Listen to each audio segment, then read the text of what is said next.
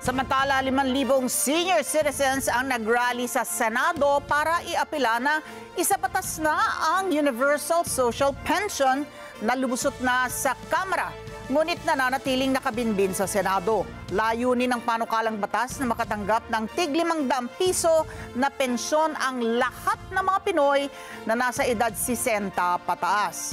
Kung hindi kasi ito mapagtitibay bago magsara itong 19th Congress, posibleng mag-back to zero ang nasabing panukala. Detalye sa live report ni Mean Corvera. Mean. Ali, personal yan naglabi kanina ang grupo ng mga senior citizen sa mga senador para himukin na ipasa na yung panukalang magbibigay ng pensyon sa lahat ng senior citizen. Gate nila 8 buwan nang nakapending sa mataas na kapulungan ang naturang panukalang batas pero hindi pa rin pinagtitibay ng mga senador. Mahalaga daw ang pagpapatibay ng panukalang ito para tugunan ang pangailangan ng mga senior citizens lalo na pambili ng kanilang mga gamot.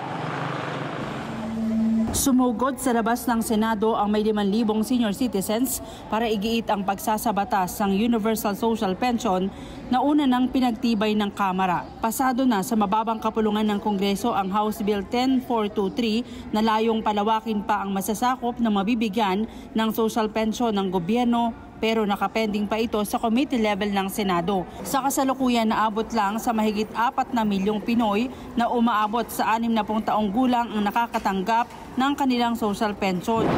Yung magkaroon ng pension ang lahat ng mga nakatatanda. Wala nang pili-pili, wala nang lista-lista, basta lahat 60 years old pataas, mayaman ka man, mahirap ka man, may pension ka man o wala, ay tatanggap na ng buwanang pension pag ito ay naisabatas.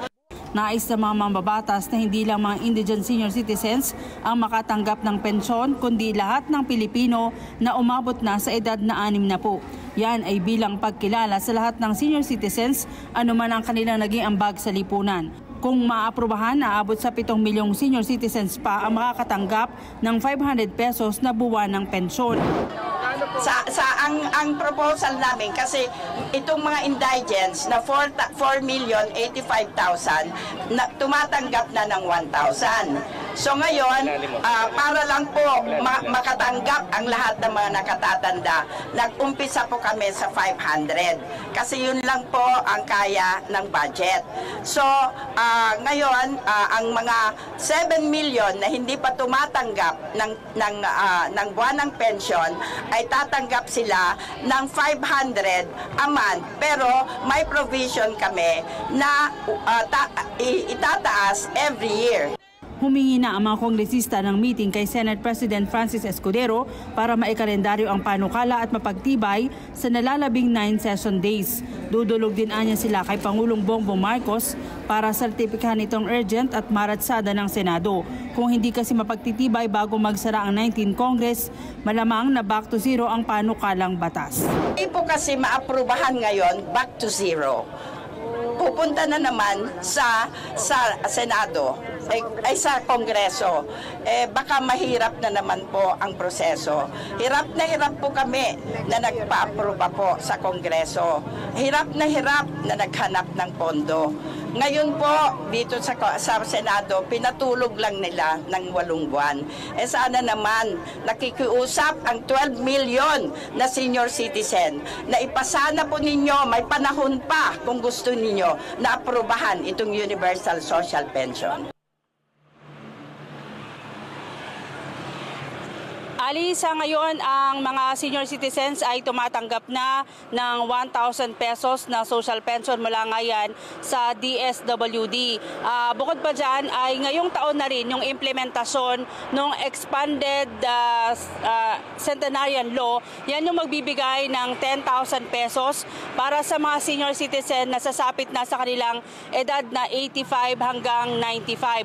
Sabi ng mga sponsor ng panukalang yan ay may pagkukunan naman daw ng pondo sakaling ipasayan ng Senado. Ali. Mean, ano kadahilanan bakit layunin nilang bigyan ng 500 pesos a month pati yung nakaaangat sa buhay? Bali kasi ang paliwanag nila yan ay bilang pagkilala dun sa ating mga senior citizen. Hindi naman daw lahat ng binibigyan ng pensyon ay mga indigent. Kahit daw yung mga nasa middle class, naghihirap na rin ngayon dahil sa mahal na mga bilihin, malaking bagay daw kung mabibigyan din sila ng pensyon ng gobyerno. Alright, maraming salamat. Mian Corvera, nagulat live. Maraming salamat sa inyo pong pagsubaybay sa Mata ng Agila Primetime. Para malaman ang matatag, matapang at matapat na mga balita, i-follow lamang at mag-subscribe sa AtNet25 TV.